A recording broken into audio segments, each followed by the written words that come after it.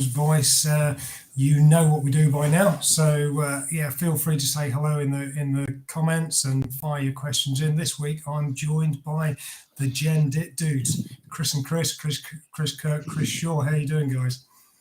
Really good, thank you, mate. Yeah, thanks for having us, Matt. You're welcome. We'll talk about your meteoric rise of this network that you've created in a wee while, but you're busy chaps. I think if we tied Chris Shaw down, I think you would break through the bind fairly quickly. So you're busy chaps. What have you been up to? Firstly, I'm quite happy to be called Ginger Chris if it makes things easier for today. As you say, the both of us have been very busy boys since leaving the service. Achieved quite a bit, I would hope quite a few people would agree with. Don't want to speak for Chris, but I've had some ups and downs over the last kind of 8 months, but everything's going well just now. Yeah, smashing. And what about Ginger Chris and Bald Chris? There we go. Yeah. No, similar to Chris. It's I think everyone has a bit of ups and downs, don't they, on the journey? It's just such a culture shock leaving the military and moving into a new sort of environment. But it's been a brilliant journey. It really has. And yeah, super busy, like busy in work and busy outside of work with life, and then the Gen Dit's like the third piece to your life, isn't it? Like it's my second job. Yeah, exactly. Yeah.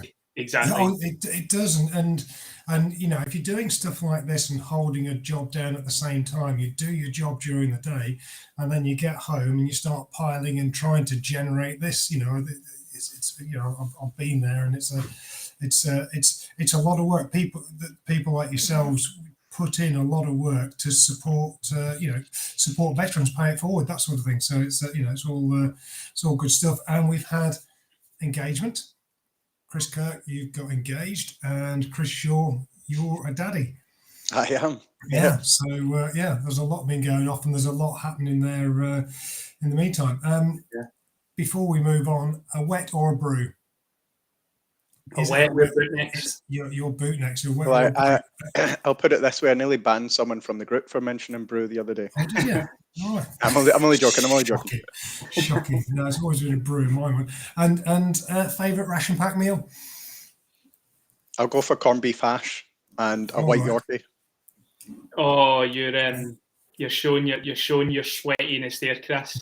I'm used to all the nice newfangled ones. I'm going to go off piste because you'll probably not get it much, Matt. But I absolutely love. There's like a chicken and mash one you get in the Norway ration pack, so they're not like the boil in the bag. You heat the water, melt the snow, heat the water, and put it in the actual ration pack, and it rehydrates it.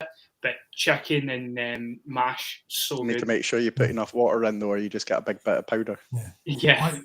I used to like in the old days, back when you were probably little boys, is you used to get the steak and kidney pudding with the proper top you had to take off, but it was like a luxury when you got chicken fricassee. We got Trish saying hello. Yeah. So hi, Matt, Trish. Hi, Matt, how do I comment so I can give Trish some abuse? You can't. It's a one way. I'll just do it verbally then. Yeah, you have the luxury of giving verbal abuse, and Trish can have it in writing. We do have a verbal chat where we can have a laugh between us in the bottom left hand corner. But no, I'm afraid it is just verbal abuse. Oh, we've got Darren in as well. Hi guys and girls. So 4-5 Commando. When did you join? How long did you spend? How long did you spend there? The motherland. I've done 3 drafts at 4-5. It was my first unit and it was my last unit as well, so quite sentimental to me. Spent the majority of my career between there and Faslane, and one horrendous time in England at DST, and left 4-5 in technically April. Very similar. Very similar for me. So it was my first unit in 2015, and then my last unit as well. And then in between that, I spent a long time down south, mostly at the units in Plymouth, so 30 and 4-2.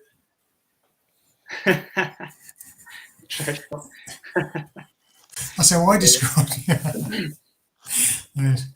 But yeah, so you both left around the same sort of time. Yeah, so I think Chris left in January. I left. I was quite savvy with leave, and I'd bribed my chain of command with some chocolate hobnobs to get a few extra weeks leave. So I didn't go back after Christmas leave, and I technically TX'd in April. I'm pleased you didn't say you bribed them with ginger nuts, because we could have gone down the whole. Hey, they're good. They're good with the wet.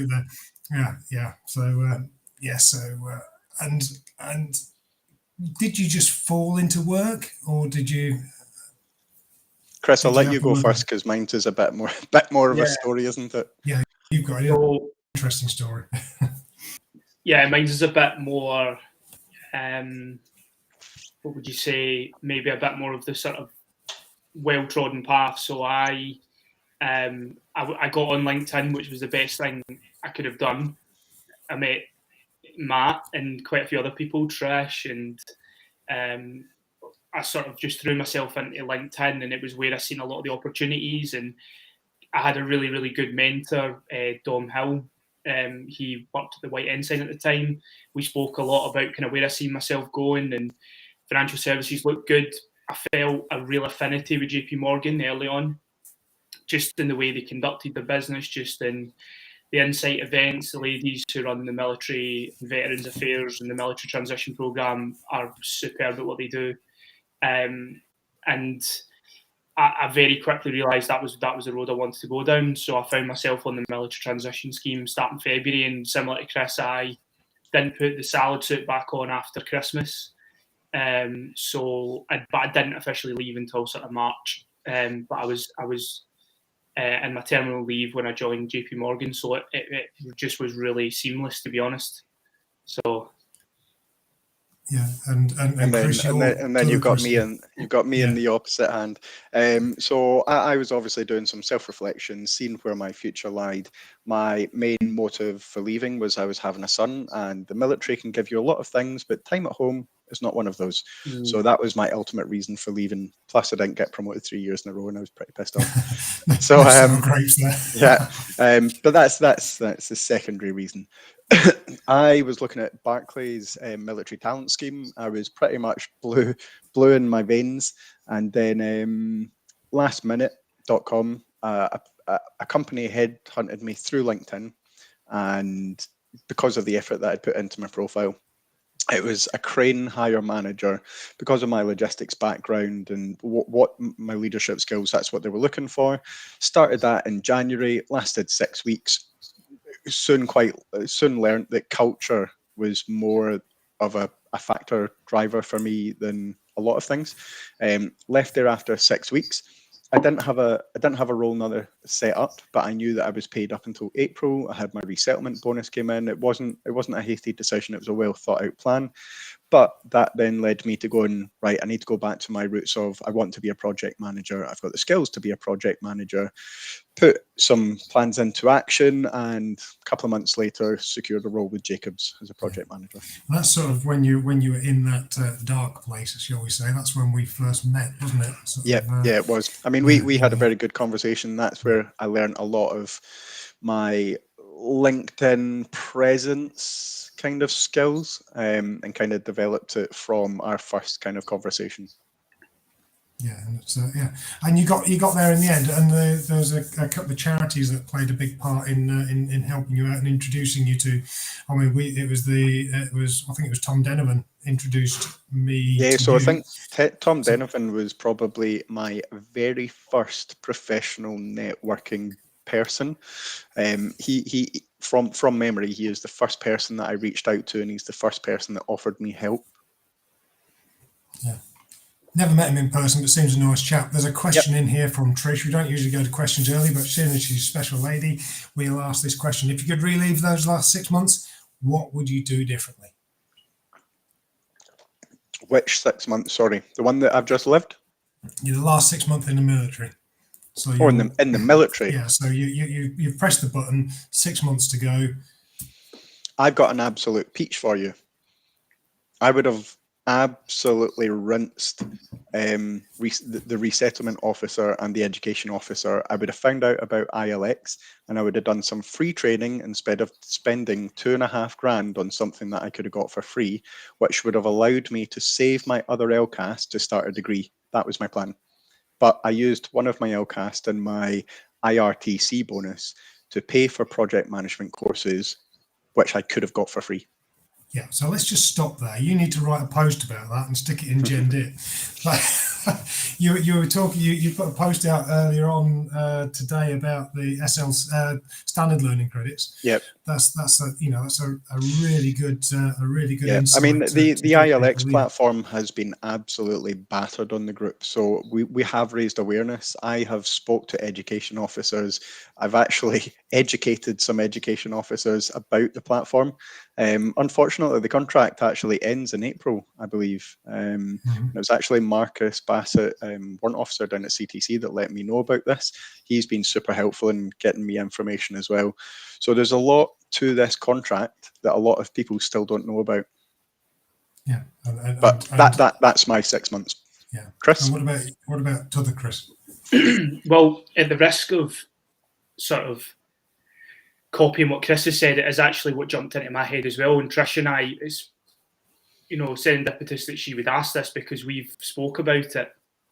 I fired at the hip far too quickly and went down the road of getting a lot of qualifications and burning my LCAS as well. And I don't necessarily regret the qualifications because they're really good, but I would like to have explored something like, and I need to be careful here because I'm maybe saying something that isn't the case, but I think Build Force, correct me if I'm wrong, if either you two chaps know this, but I think they offer some courses. If it might be free, it might not be, I'm not sure. Either way, Build Force look like they do some really interesting courses for like construction and trades. I would actually go and do something like that. I would actually, my degree would have probably been enough, and the experience that I had in the military was what JP Morgan really wanted. Yeah, okay, the PM qualifications, the risk qualifications were nice little cherries on the top, but I could have probably done them. Well, I could have done them through the ILX had I known, and I would have saved my LCAS. I would have gone and done some. Yeah, Trish is saying they do. So I would have gone and done some like trades, got something that really is applicable for life, and it's another skill. It's like plastering, or my father-in-law's kind of taught me how to tile, so that's been really good. So something like that would have been really, really good to do. That's really, really good advice. Two things coming up here. Boss is in the room, so make sure no swearing words, Chris. And we also have Dan. Yeah. Royals and Crown. Thanks for that. I need to talk to you, Dan, about a few weeks' time. Interesting point here from Gareth. Build Force only take SLCs as payment. Cool. So anyway, so you didn't fall into a job. How important to you was social media in your job hunt? I'll let you go first, Chris. I was fervently against social media, but I also have always tried to adopt the mindset of change. Don't be scared of change. And so I thought, right, scrap that, like embrace LinkedIn. And I'm so glad I did. Not even from the there's levels to it. There's from the perspective of the information. So what is actually out there for veterans, like in terms of the schemes and service leavers, obviously, and all the different bits and pieces. But then at a higher level, even just like relationship building, meeting people like yourself, meeting people like Trish, all the sort of amazing people that I've met through LinkedIn. That's just been tremendous. So it's you couldn't, you can't place too high a value on LinkedIn as a social media platform for networking, for personal growth, for everything. It's a tool. It's like going to the armory and picking a weapon. It's a tool to use, and it's very, very good at that if you know how to use it properly. But we digress. How about yourself, Chris? I've always been a door kicker. Like, if I don't know a bit of information, I'll go kick someone's door down and I'll be like, "Hello, can you tell me some information, please?" And how do you get to know what Barclays is like? How do you get to know what Jacobs is like?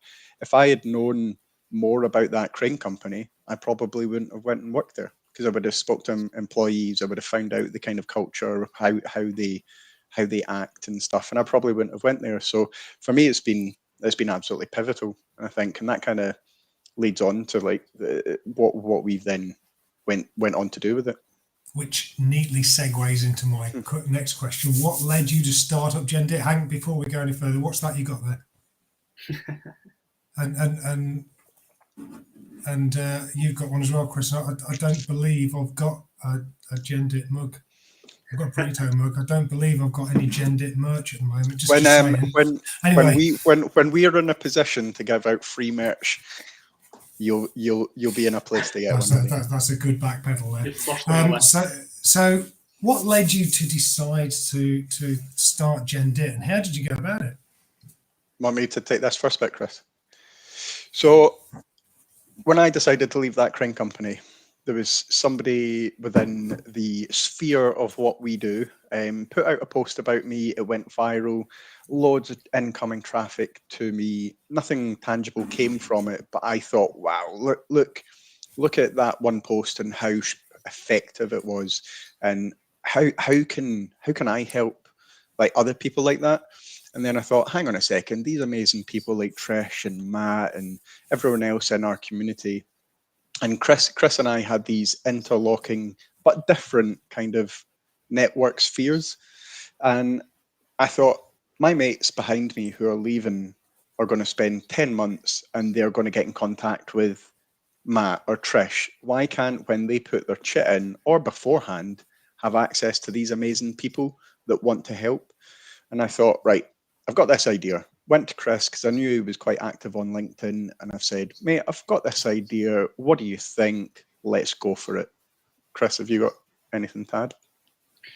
No, perfectly summarised, and I think it was a mutual desire to give back what we'd received. Like, I think that's the big centre point. Like, because we had both had such support from the veteran community, the community outside, and that sort of tacks on to a little point just previous to what we were talking about the Gen Dit and talking about how much benefit have you had from social media and how important is it. As a veteran, as a service leaver, you have this unique thing for LinkedIn as well, which is just super good, and it relates on to what we're talking about with the Gen Dit.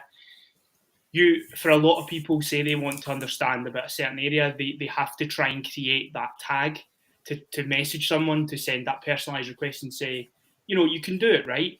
But as ex-military, you have that unique thing where you can go to someone else and say, oh, I've seen you, especially if you're like RAF and RAF or Navy and Navy or Bootneck and Bootneck, you've got that instant tagline, so you can speak to that individual who's in that particular place or area that you want to go, and you can speak to them directly.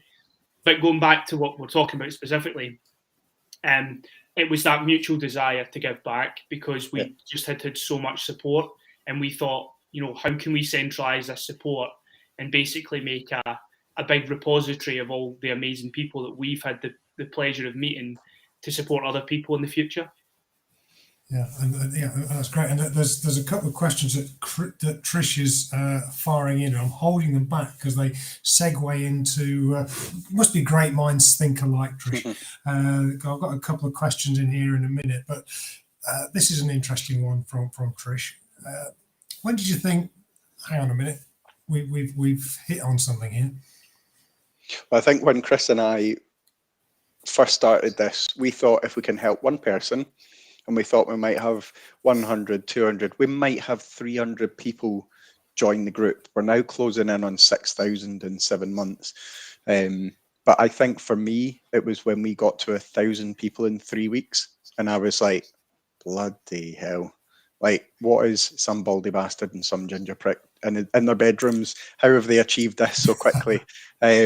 But yeah, when we hit 1,000 people in 3 weeks, that was when I went, right, there's something that there's a need for it.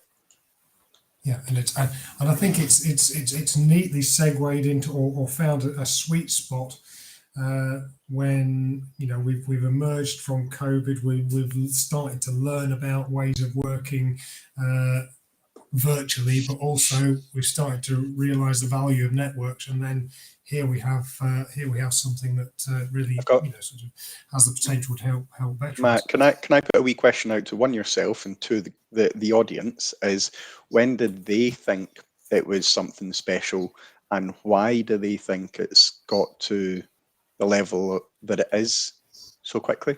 That's to yourself and that's to the group. That's as right. well. That's the first question I've ever had on Veterans Voice. For me, yeah, it was.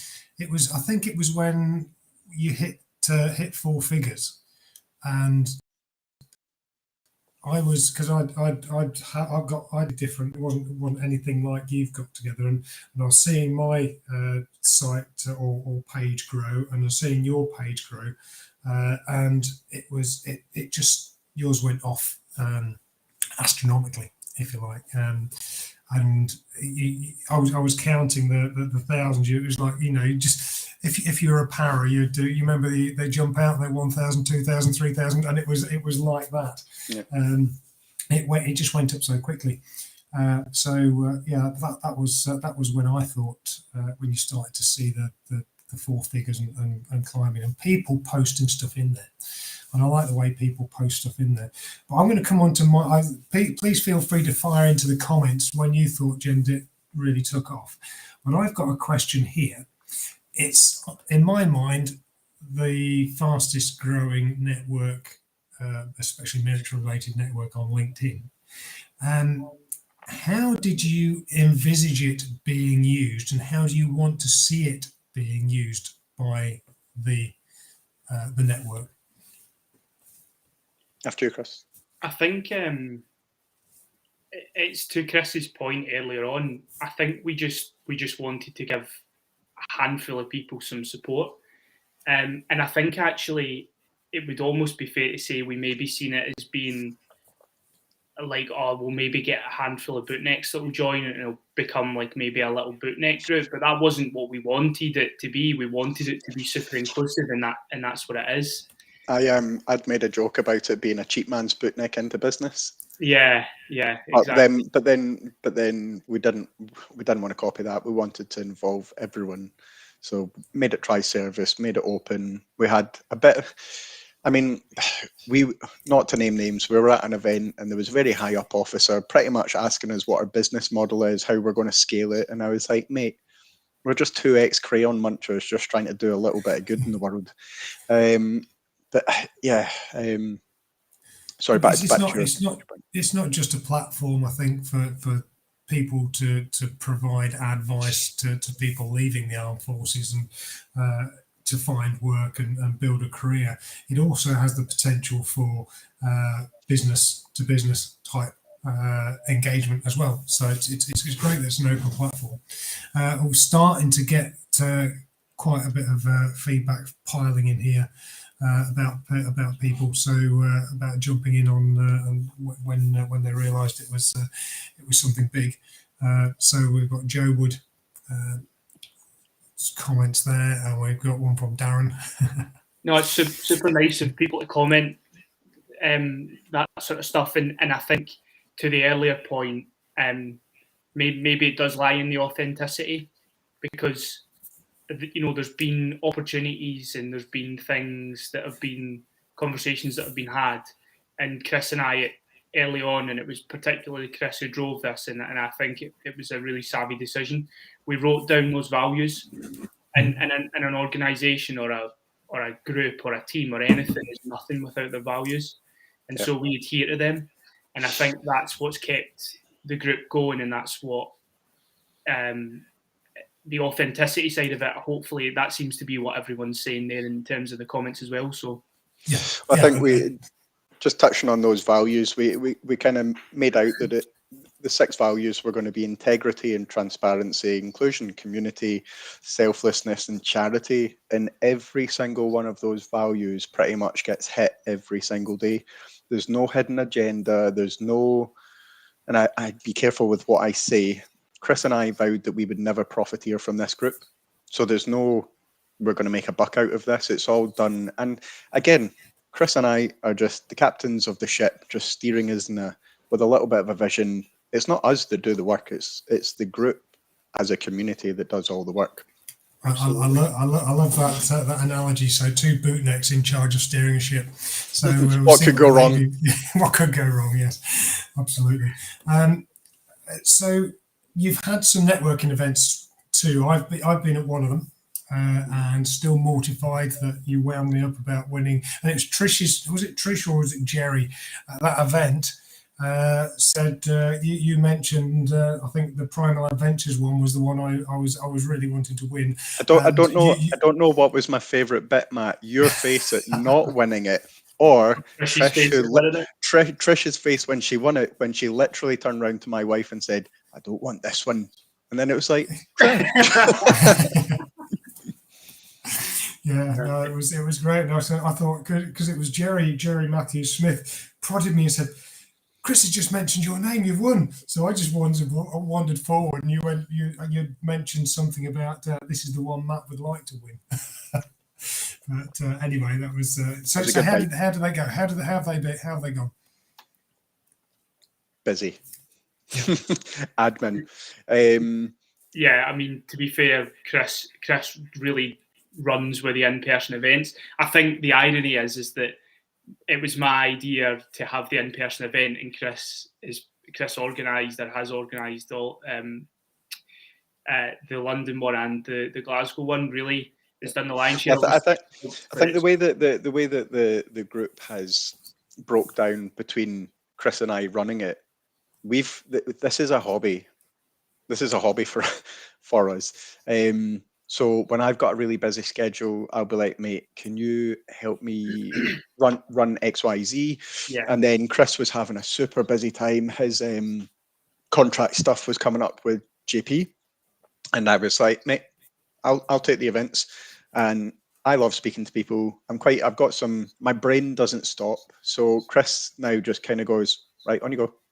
And then my brain just goes off on a tangent, and I come back to Chris and I'm like, "I've done this," like a wee excited kid, and he's like, "Great." And then with the Glasgow one, like the both of us were in charge of it. The both of us held it. Both of us kind of hosted it. The London one was a bit more interesting. It's away from home. I've not got boots on the ground. Some of the people who I would have expected to maybe support us didn't. And some of the support that came from the group was unquestioned. People just messaged me and went, "What do you need?" Yeah. And I was like, there's some amazing people in this group that literally all they want to do is help. And I was just like, wow. Yeah. So and actually to the point, Matt, that's why it's so successful.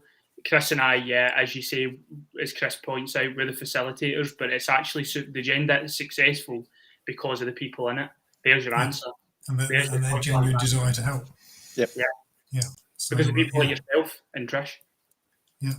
If I had a hat, I'd take it off. So, but well done. So we're neatly coming to the end of our 30-minute slot. I think we could probably go on for another 25 minutes or so here, but we try and keep it neat because some of these people have got lives to go back to instead of listening to us go on for a bit.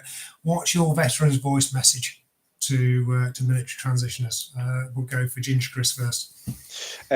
So we've been asked this before, and I've kind of got a three hot points that I kind of put out, but just to make it more relevant for tonight, I've got 2 that I thought would be fitting for tonight. And with your resettlement journey, make the most use out of your time. That 12 months will come flying round. Start it beforehand. Don't look back and think, "I wish I'd done a bit more." And a few people laugh at this because I hate FIFA. Lads will sit in the grots and play FIFA. Don't be that guy to look back and think, "Oh, I should have done more. I should have done another ILX course, or I should have networked a bit harder." So utilize your time. Second one is don't put too much pressure on finding your dream job the first time out of the military. And I'm speaking from experience of this. Like I put so much pressure on myself to put my pants on in the morning. Like, I put pressure on everything, and I put too much pressure on finding the dream job. Find something that you like. Find something that you can get into that will support your family. Find something that you can get into and work on, and then find your path in life. So don't put too much pressure on your first role. Mine is dead simple. Join the Gen Dit. Yeah, I mean, and it is simple, and you're not bigging it up for any self gratification or anything like that. It is genuinely a good place to start, because there's a shed load of advice out there that you can use to your advantage. So do that and ask the questions. So that's it for today. So thank you very much, guys, and thank you for your time and the wise words, and thank you for setting Gen Dit up. That's a big one in feather in your cap, and so thank you very much. And if you guys liked it out there, then say so, like it, tell your mates, and let's just see. If I don't think we'll ever grow as quick as the Gen Dit network does, but yeah, sort of pass it on, tell your mates, and we can grow. We can grow Veterans Voice and get that message out there. So thank you very much, guys, and good night. Thanks, Matt. Thanks.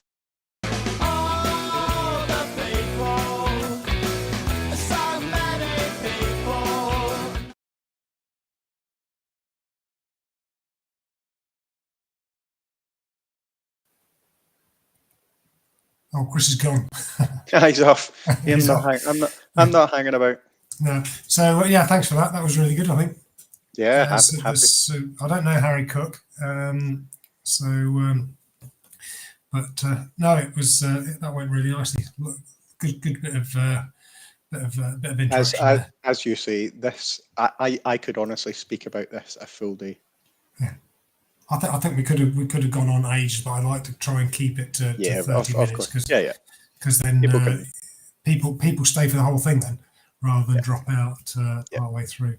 So thank you very much. I'll drop Chris a line to say thank you very much as well, and he dropped out early. I just had to wait for the countdown to finish.